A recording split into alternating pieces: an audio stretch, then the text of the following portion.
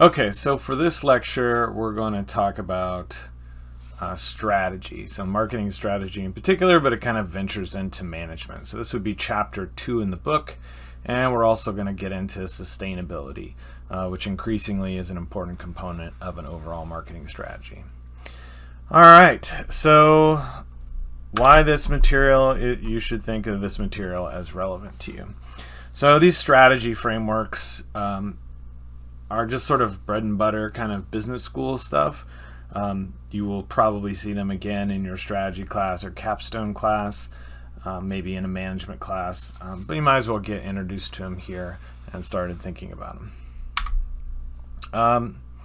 So the first thing that these kind of chapters usually talk about is the vision or mission statements. Vision and mission statements are different things.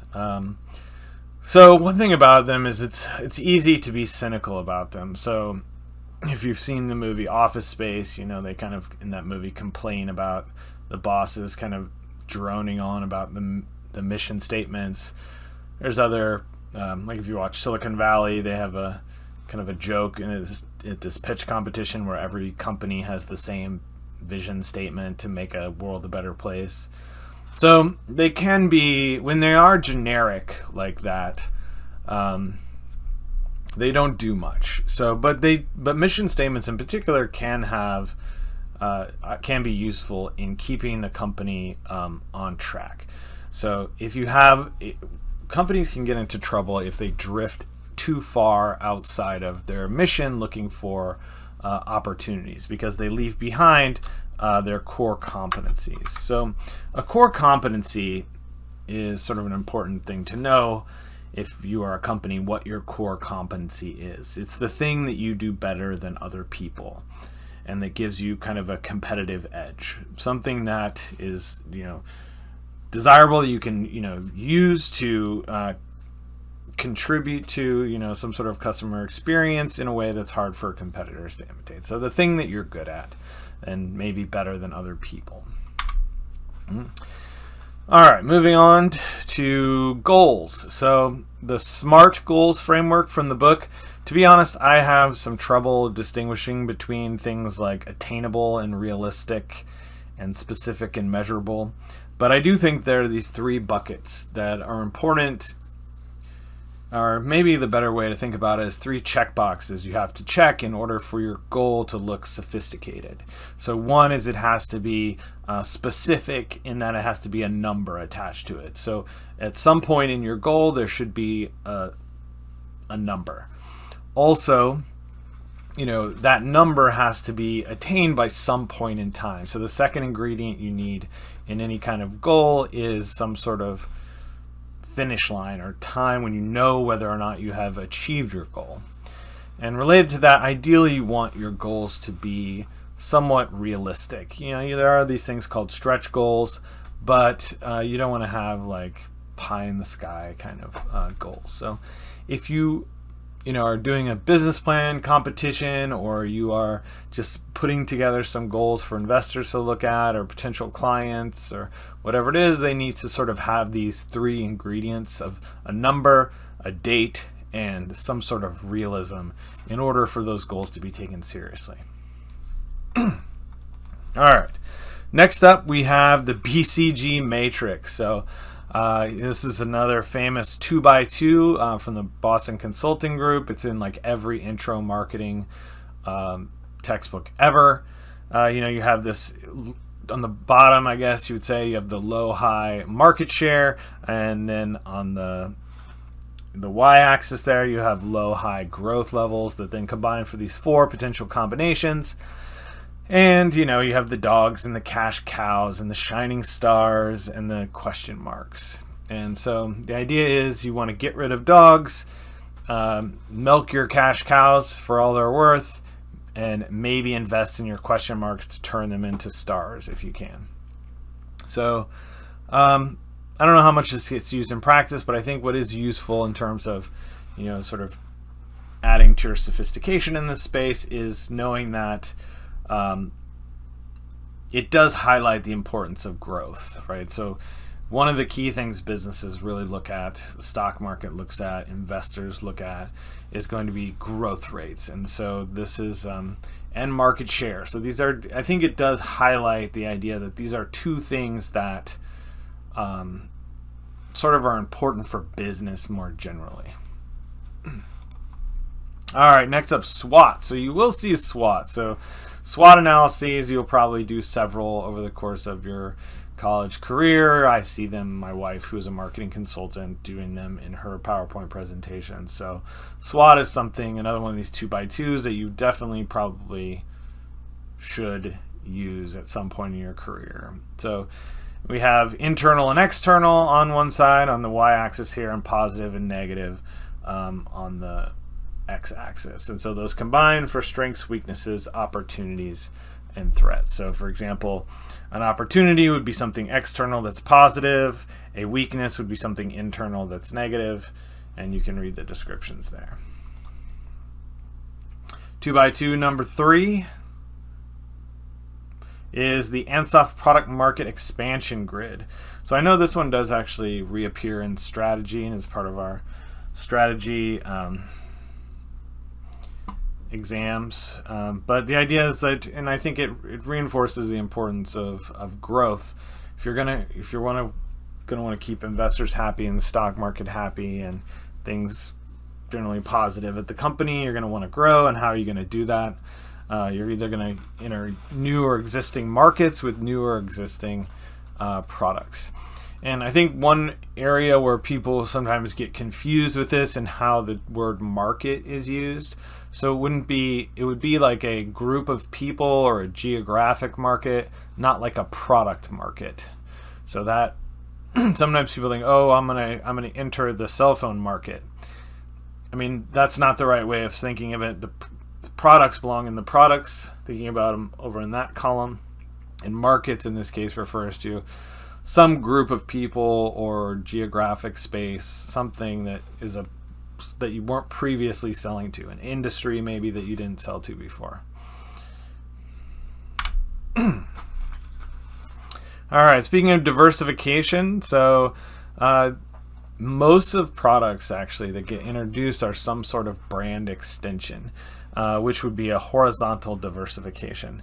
But we have some other, in this quest for growth, companies are always introducing new products.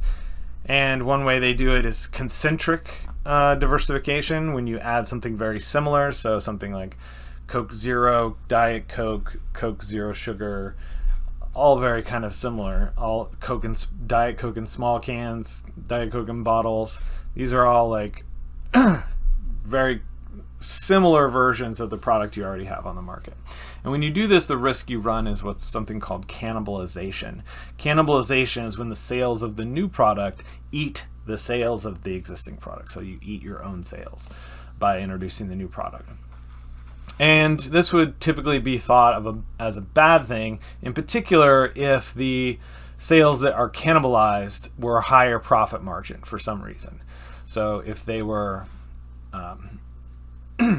maybe the packaging is less expensive to produce, or it's more efficient, then you wouldn't, or just has a more prestige brand name that commands a higher profit margin, you would not want to cannibalize those sales. Another sort of advantage of this is that sometimes companies will use this as a tactic in retail environments in order to dominate the limited amount of shelf space. So you think about a grocery store. If you go into the beer section of the grocery store and two of the coolers are filled up with various versions of Bud Light and Budweiser or Miller Lite, whatever. Let's stick with Bud Light in small different cans, Bud Select, Budweiser, Bud Light in bottles, Bud Light in whatever, 32-ounce things. Then that's going to crowd out space for the other companies to get in front of consumers. So oftentimes companies will use concentric diversification more as a retail sort of bullying tactic rather than really trying to introduce a new product to consumers. Horizontal diversification. So this is, I think the poster child for this is Arm & Hammer. So if you know, Arm & Hammer is originally a baking soda company that used to bake things, and that somebody just along the way found out that if you leave it open in the refrigerator, it keeps the inside of the refrigerator smelling fresh. So people started buying Arm & Hammer to open the box and stick in the refrigerator with no intention of doing any baking with it. And so what that evolved into is the Arm & Hammer baking soda name being associated with sort of freshness or keeping things fresh. So as a result, any products that sort of are associated with that job to be done of keeping things fresh, Arm & Hammer has put their brand name on it. So you have Arm & Hammer toothpaste, Arm & Hammer kitty litter, Arm & Hammer laundry detergent, Arm & Hammer, deodorizers of all kinds, right? So that would be an example of a brand extension that's leveraging the brand equity that Arm & Hammer has in that you might call core competency. So we'll just bring out all the marketing buzzwords right there. Conglomerate. So conglomerate is when you try to expand by adding different types of businesses. Now this is risky because companies will often drift away from their core competency when trying to grow in this way. Oftentimes companies might even do this by acquisitions of other companies. You'll sometimes see growth for growth's sake. It's better to, sometimes people like managing big books of business rather than focusing on small books of business. So conglomerates end up being like big, is a big kind of company that has a diverse set of, products that it produces. So General Electric might be the poster child here, who competes in healthcare. They make jet engines. They make little mini fridges that students put in their dorms.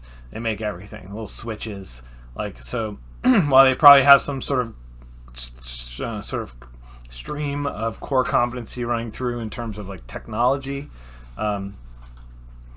it's again something, this conglomerates, you have to be sort of careful not drifting too far from what you're good at.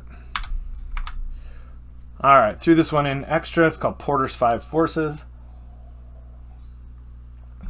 This one is used to evaluate markets by Michael Porter, as a management professor from Harvard in the 80s.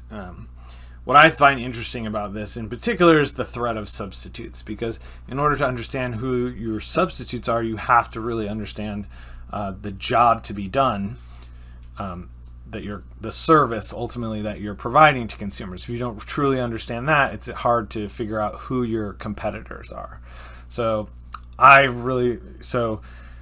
from a marketing standpoint, the part that's most interesting about Porter's 5 Forces is understanding that before you can figure out whether you have high threat of substitutes, you have to figure out what service or what job you're ultimately doing.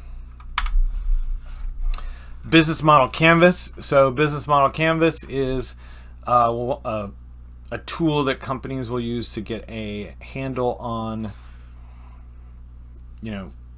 the key relationships in a particular business. So I've heard that actually professional selling uses this as a tool to as a way of teaching people how to get themselves up to speed on a business before they go in and pitch it. What I find personally most interesting about it is right in the middle is the value propositions, which are the jobs to be done. So the first thing you start off with right in the middle is the jobs to be done and understanding what value you're providing to consumers. Those jobs to be done are going to be linked to specific customer segments or customer personas, ideally, that are linked to those. And then you're going to start backfilling in, how do we talk to those people? What are our key competencies? That would be the key activities and resources. What can we outsource? That would be our key partners. And then sort of filling in some revenue streams and cost structures as well. So by doing this exercise, you get a sort of good overall strategic viewpoint of the business. And you'll see it in a lot of places in management and entrepreneurship and others. But why I like it to talk about it from a marketing perspective, again, is this idea that core to the whole thing, central to the whole canvas, is this idea of value propositions, i.e. what service are we providing, i.e. jobs to be done, which then link to personas. And so it's very marketing centric in where it starts. Here's just a completed example, I think from the strategizer guys maybe, about Google. And you might see like we have some users, and the users who are in blue here, like the free services, and they don't pay for them. But then we have the green is the advertisers who get the AdWord value proposition, and they pay per click. And anyway, it's just a way of going through and looking at the different value propositions to the different personas. All right, so that's sort of the strategic models and frameworks. Now we're going to talk about KPIs, or key performance indicators. So anytime you're managing something, marketing management, business management, whatever, you have to manage towards something. So your goal needs to be something that you can measure. And because otherwise, again, how will you know if you've met your goal if you can't measure it? So these are some of the things that we might measure. So underneath, sort of the baseline, kind of, maybe, I don't know, many companies manage towards attitude, but they certainly are, it's something they care about. So attitude is a construct that represents an overall evaluation of a product. So how much you like or dislike that product. There's the ABC model of attitudes specifies 3 components of that: affect, behavior, and cognition, with affect being an emotional component, behavior being, your behaviors towards that, whether you buy something or do something, and cognition is how you think about something. I like talking about this mainly because it gives me the opportunity to kind of talk about this thing right here, which are hierarchies of effect. So the standard sort of model of how buyer behavior happens is a very rational model. And you'll see it here under the standard learning hierarchy. So the standard perception sort of from econ of how buyer behavior happens is that I'm a consumer, I recognize I have some deficit, that something that some job to be done, whatever. I go out into the marketplace and I survey the potential products that could help me do that. I weigh the pros and cons of each. I calculate sort of mentally my, maximize what will maximize my utility, and then I go acquire that product. So it's very rational, sort of step-by-step process where I first think about something, then I develop an attitude towards a particular one, then I go out and buy the thing. There's a number of interesting papers, and I'll post one in the files, actually, by one in particular by David Dunning, 2007. It makes the argument that quite a lot of consumer behavior happens in the opposite direction. So more this experiential hierarchy, where we see something that just like attracts us, we like it, we buy it, and then because we don't want to think of ourselves as making bad decisions, we then go about trying to rationalize why we just did that thing. So it's the sort of an opposite to the sort of standard learning approach. Instead of being very careful and rational, we're sort of emotional. We buy the thing, we like it, we want to feel good that we bought it, and so we then generate reasons for why we bought it. Maybe some of you have experienced this. If you've ever made like an expensive purchase that you find it kind of felt a little guilty about, maybe you went online searching for good reviews about that thing even after you had bought it, just to kind of reassure yourself that this thing you did was a smart thing to do. And that's called the experiential hierarchy, which I would point out is reinforces this idea of the importance of consumer experience and customer experience and experience economy and all these things. So this is kind of a famous ad from back in the day. The Apple iPod came out, had these silhouettes that showed the product, and it was just like people dancing with the product to really cool, like upbeat music, and it didn't really say anything about the product. It just showed like these cool silhouettes dancing, and you could see the the iPod in white there. But it made people want to buy the product. It didn't say, oh, we can store 7,000 songs and find your song using our scroll wheel in less than 2 seconds. It was like, it just made people want to buy the product. So I think it's a good example of, this process by which people want to buy something and then they rationalize it later. All right. So similar to attitudes, but it's a little bit different, is the idea of satisfaction. So satisfaction is something that companies historically have managed towards. So this would be sort of something that might be on a dashboard, and they would monitor customer satisfaction with an eye towards always trying to keep it as high as possible. You may have been in some sort of service provider, like an oil change place or something, and they'll give you a card and say, oh, would you fill out your satisfaction today? That's part of a program of monitoring ongoing satisfaction. So it's worth thinking a little bit about it. So satisfaction has emotional components as well. But it's sort of the way people mostly think about it is as this sort of a cognitive process resulting from this sort of, I don't want to use sort of a gap between your expectations and evaluations. So we have some expectation of how a service is going to perform, what it's going to do for us, and then we experience that and we evaluate it, and then the gap between that will determine our satisfaction and dissatisfaction. When something is hard to evaluate, like a very intangible service, we tend to let our expectations guide our satisfaction a little bit more. So that's why there's still a line directly from evaluations to satisfaction, and also evaluations can impact satisfaction without proceeding through this gap process. But the idea behind expectancy disconfirmation is we have this baseline that we sort of use to set our expectations, and then satisfaction as a result of that. Now, it's important to point out, I think, that many textbooks will tell you like better than expected satisfied, worse than expected not satisfied. But that's not entirely the case. If I have very low expectations, I think something's going to be bad, and then it's not quite as bad as I thought, I'm still not satisfied, but I'm just, even though I experienced positive disconfirmation, I did not like reach that sort of area of sort of where I could potentially be satisfied. Sometimes those are called zones of tolerance. They're the same high if I have very high expectations and it's a little worse than I thought, I can still be very satisfied, even though it was technically worse than I thought. So although satisfaction was really sort of dominated as a key sort of KPI for many decades, I would say most firms have gotten away from that.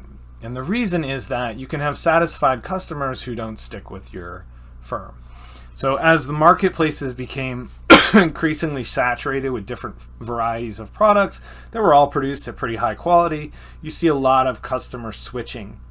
And not necessarily because I was dissatisfied, but just, I'll try this new offering, or maybe I just get bored of my regular ice cream or whatever it is, and I switch to a new brand, right? So a more desirable kind of outcome for companies, not people who are satisfied necessarily, but who stick with the company. So loyalty is a more modern KPI that firms manage towards. Now, and it can have lots of advantages, right? So they don't leave. Will tolerate price increases potentially. You get just you don't have to market to them because you're not trying to always educate new consumers about what your product is all about. There's lots of advantages of loyalty. There's different flavors of loyalty as well. It's important to point out. So one is a cognitive loyalty. So I just think the product is better than others. That's not really very strong loyalty, because as soon as a new cognition comes along, I'm no longer think that. Affective is a little better. I like the product. So that's just an attitude, really. Conative is an behavioral intention. So I plan to buy Coca-Cola the next time I'm at the store. But action loyalty is, okay, if there's not, Diet Coke in many cans at the store I go to, I'm going to leave that store and go buy them at another. Or if Pepsi is on sale and Diet Coke isn't, I'm going to buy Diet Coke anyway because I'm loyal to it. So that is what we might call true loyalty. So action loyalty is this level of true loyalty where the consumer will overcome some sort of obstacle. They will stick with you when times are tough and you're not winning any games, and still keep buying tickets because they are loyal. That's ultimately what companies want. Something that sometimes some companies try to use to get at this idea is Net Promoter Score. So increasingly in our sort of social media world, we care not just about the consumer and how loyal they are or how much they like us, but how much they would recommend us to a friend. So this is what's called NPS, or Net Promoter Score. It's an 11-point scale, and how it works is they take the percentage of the people who are in the top 2 boxes, which are 9 and 10 here when you include 0, and then subtract the ones who are in the bottom 7 boxes and ignore the sort of middle ones. And the higher the gap or the difference between your promoters and detractors, the better your Net Promoter Score. So the idea is that this should be able to predict growth of your business, which we always care about growth, right? Because if people are recommending you to their friends, presumably their friends are going to go out and maybe buy the product, and then if our Net Promoter Score goes up, we would assume that growth would go up as well. So that's the idea. So companies many times will measure sort of Net Promoter Score amongst their existing companies as a way of sort of forecasting growth. As it turns out, it doesn't work very good for forecasting growth. It works better if you measure all potential customers, in which case it sort of even though you don't use the product, would you recommend it to a friend? That sort of taps into overall attitudes towards the brand and the product, and that tends to actually be the better predictor of future sale growth. Net Promoter Score in general does work, however, as a metric of loyalty. So, you could use Net Promoter Score. So say you're in a company that uses Net Promoter Score, you could offer them this recommendation. Let's collect Net Promoter Score not just with our own customers, but with a sample of existing potential customers, non-current customers. And we'll use the score with our customers as a way of thinking about measuring loyalty and whether we're doing a good job of engendering loyalty. And we'll use the one that includes our non-customers as a way of predicting future sales growth. You heard it here first. All right, another buzzword you should be familiar with, or sort of not really buzzword, but philosophy, is that of relationship marketing. So relationship marketing is the idea that we don't just want to send out Super Bowl ads into the world and, hope people buy our stuff, but instead we want to craft a relationship with our customers that evolves over time and is more of a one-on-one kind of exchange. So the idea behind relationship marketing, sometimes people refer to it as dating your customer, is that, all right, I'm going to send you a banner ad. You're going to click on it. I'm going to know you clicked on it. So then next time you're going to talk to me and fill in a form about what you're interested in the product. The next time I send you an email that shows what you filled out, you respond to somebody, maybe you talk to somebody at the company, that goes into, some sort of database. Then the next time when you call back, we have that information and we can talk to you about a promotion that might be relevant to you. This, excuse me. This kind of back and forth evolving conversation is sort of an ideal that many companies aspire to. So this idea became sort of, I would say in the late 90s again, sort of came on the scene, and it was largely fueled by advances in customer relationship management technology. So there's a number of big tech companies out there who are selling CRM systems, Cisco, some other ones, right? And Salesforce ultimately did a good job at this. And they were talking about we're going to help you have this relationship one-on-one conversation. It turned out it was much harder to do than people thought, and customers didn't always want to have a relationship with every company they worked with or bought stuff from. So it kind of faded a little bit, CRM. It has come back around now in a new version called Customer Experience Management Software. So CRM was sort of put back on the corner and said, okay, you're sort of good at tracking sales and maybe helping us maximize lifetime value of a customer. But now there's this new thing in the world that looks very much like CRM like people used to talk about CRM, that's supposedly going to help companies manage this ongoing conversation with their customers. And who knows, with ChatGPT and AI technologies, maybe they can make it happen this time around. The challenge was the first time around is you had all these systems collecting massive amounts of data and nobody knew what to do with it. And it just wasn't automatic. But now maybe with AI, maybe it can be. I don't know. We'll see. I did mention LTV, or lifetime value, but I think I should probably tell you a little bit more about what it is. So lifetime value, as you might guess, is how much money a customer is going to spend through their life with the company. So if your customers on average are sticking with you for 7 months and they're spending on average $40 per month, then your lifetime value is going to be how many 40 times 7, so $280, right? So that's the sort of basic version of lifetime value. There's a number of ways of thinking about it, but essentially this is the idea. How much is a person going to be worth through the entire time that they interact with the company? All right.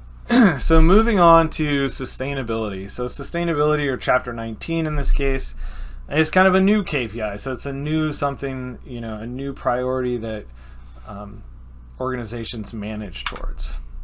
So you may have heard of this idea, the triple bottom line. So instead of just thinking about things like lifetime value and profit, we also want to think about the planet, and we also want to think about people, not just our customers, but also our employees, people in the community, any sort of stakeholders that we potentially impact with our business.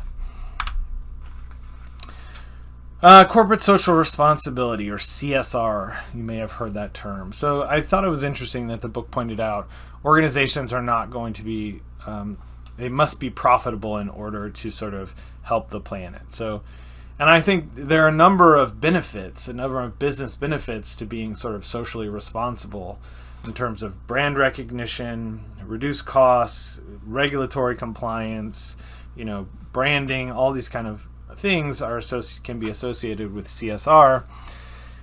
And as a result, sometimes it's just smart business. And so, sort of a cynical view would be like companies aren't inherently interested in stakeholders or the environment or anything. They're built to sort of make money for people. That's their kind of machine that they are. And if these things will make them money, they're more than happy to do them. And sort of the onus is on, society to kind of create values that make it profitable for companies to do this kind of thing. Mechanisms in sustainable consumption. So, we'll talk about this. It's not just like millennials like sustainable things. I'm not a huge fan of like making these broad generalizations about different, demographic groups. Instead, I think I'd like to talk about 3, mechanisms that drive sustainable consumption, which include norms, signaling, and different behaviors. So historically, anyway, most people kind of would agree with the idea that they're concerned about the environment, or they care about the environment, and think it's something that companies should focus on. So you see this little histogram over here from some data I collected from a bunch of people, and you can see that on a 9-point scale, most everybody is answering 9s all the way through. So by and large, we had this idea that we should care about the environment, and we should sort of try to reuse and reduce and recycle and all these things. That's an injunctive norm. There's also these descriptive norms. So a descriptive norm is what is actually done. So a description is like what is normal for people to do. And there's a famous study in this space that where they tried to get the dependent variable was trying to get people to hang up their towels at a hotel. So reuse their towels rather than just sort of get new ones. And they tried a number of different like towel cards that you could, ways of promoting this program. And what they found that worked the very best was this X percentage of people who stayed in this room have reused their towels. So bringing the descriptive norm down to the level of like, oh, in the room you're in, this is how many towels are being used or being reused. So this is kind of a very, when it comes to promoting green behavior, this tends to be more kind of effective at like what other people are doing rather than what should be done is the idea. We have self versus other signaling. So, oftentimes people will, there's, reports of people, kind of putting solar panels on the slightly suboptimal point of their house so that other people can see that they are being green consumers. Or you see people, sporting, sustainable brands in a very publicly visible way. That's